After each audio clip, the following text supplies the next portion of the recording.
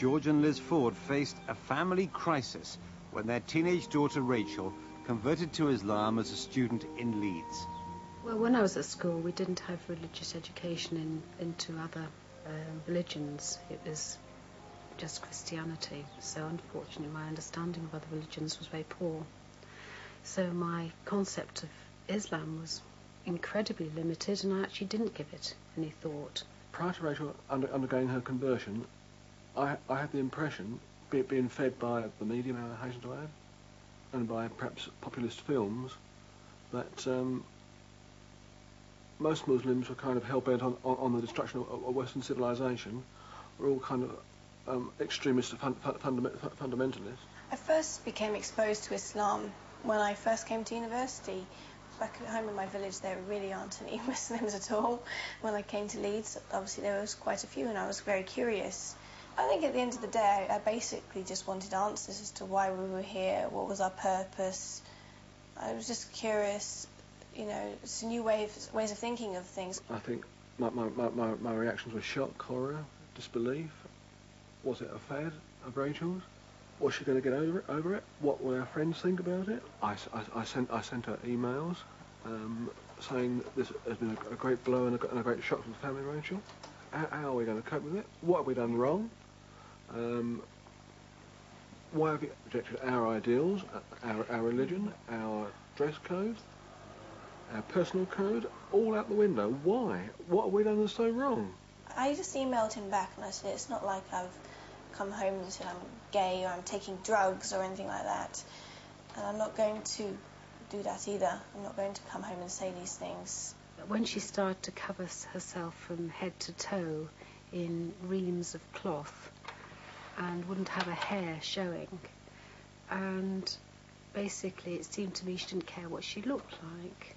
If I was to take the hijab off tomorrow and walk out in the street with my hair loose, my mother would be dancing in the street. She'd be very happy. She doesn't want me to hide. She feels like, I guess she feels I'm hiding behind it, but I'm not. I actually feel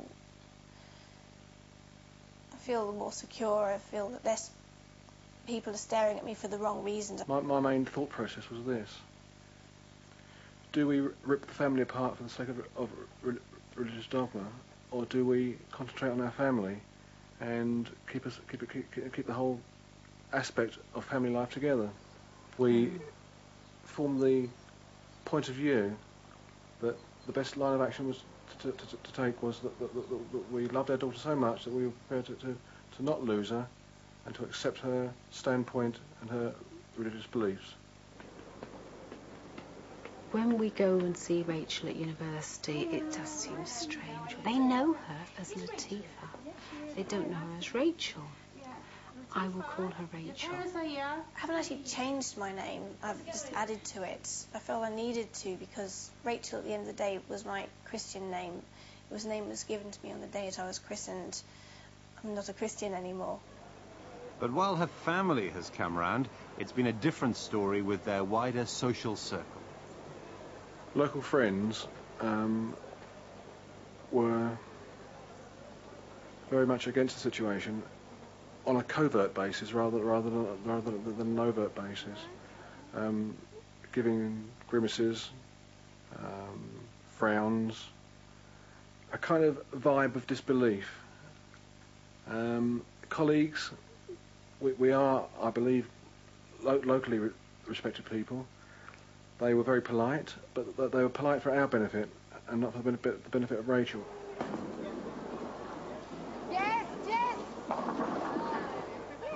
There was a time where we went out with a friend. I know a friend who, unfortunately, I won't class as a friend now.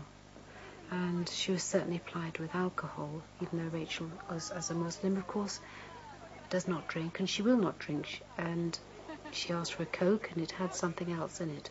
Definitely has something else in it. Things that have bothered me have been reaction of people that I do care about if they have been against it. There was a family event a while back where I did feel that I was snubbed. I felt that my family was neglected as well because of me and what I had done. Frankly, this has now given me a very great insight into how minorities must feel.